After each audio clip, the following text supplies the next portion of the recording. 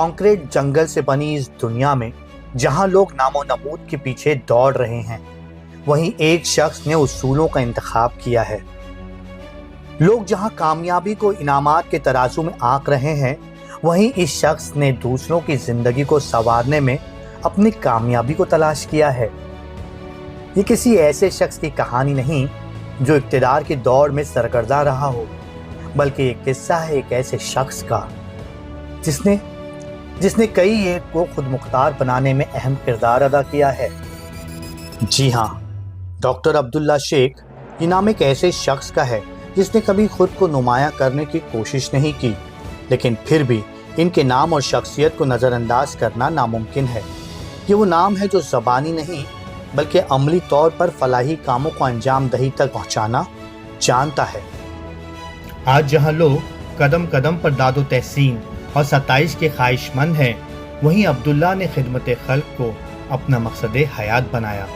Doctor شیخ اکتوبر 1954 میں پونے کے ایک ایسے گھرانے میں پیدا ہوئے جو دیانتداری اور خدمت کے اصولوں پر قائم تھا۔ ان کے والد ایک منظم اور اصول پسند زمیندار تھے جنہوں نے ان میں محنت، لگن اور ایمانداری کے جذبے کو بیدار کیا۔ ڈاکٹر شیخ عبداللہ کی والدہ میونسپل کارپوریشن میں ایک پرعزم اور محنتی معلمہ تھی۔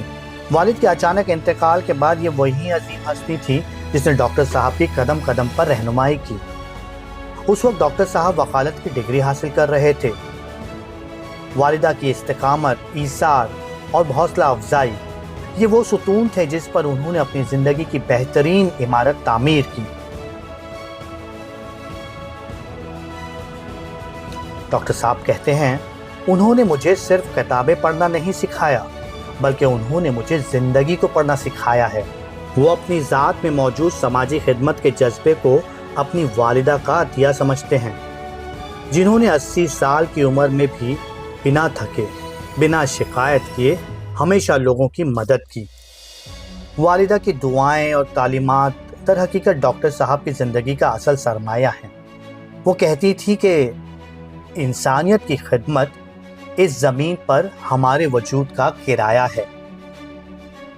اپنی والدہ کی دعاؤں کے سائے میں انہوں نے نہ صرف ایم.اے کی ڈگری حاصل کی بلکہ اپنی تیسری بیٹی کی پیدائش کے بعد ممبئی یونیورسٹی سے اردو ادب میں پی ایچ ڈی بھی مکمل کی۔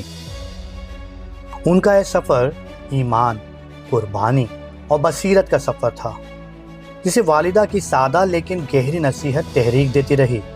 ان کی والدہ کا کہنا تھا، صرف ڈگریاں حاصل نہ کرو بلکہ زندگی کے اصل مقصد کو حاصل کرو۔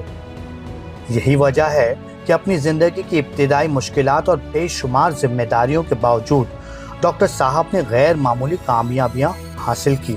گزشتہ 35 برسوں سے ڈاکٹر صاحب انجمن اسلام کے جنرل کونسل کے منتخب رکن کے طور پر اپنی خدمات انجام دے رہے ہیں۔ انجمن اسلام ہندوستان کی سب سے بڑی تعلیمی و سماجی تنظیموں میں سے ایک ہے۔ انہیں انجمن اسلام کے نائب صدر، پنجگنی پبلک اسکول کے ایگزیکٹو چیئرمین اور کئی اداروں کے صدر کے طور پر اپنی خدمات انجام دینے کا شرف حاصل ہے۔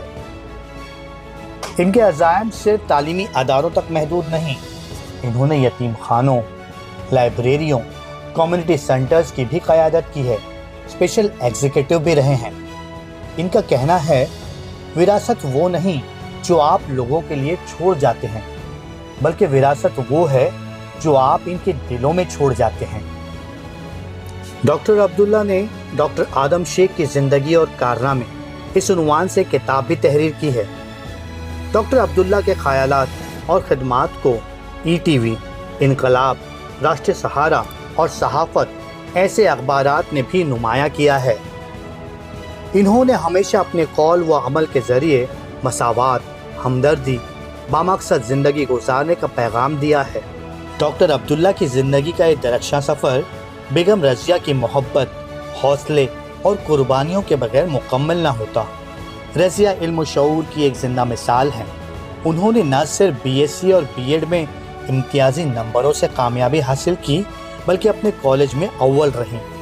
وہ محض ایک شریک حیات نہیں بلکہ خوابوں کی ساتھی، مشکلات میں ہم قدم اور کامیابیوں میں خاموش مسکراہٹ ہیں۔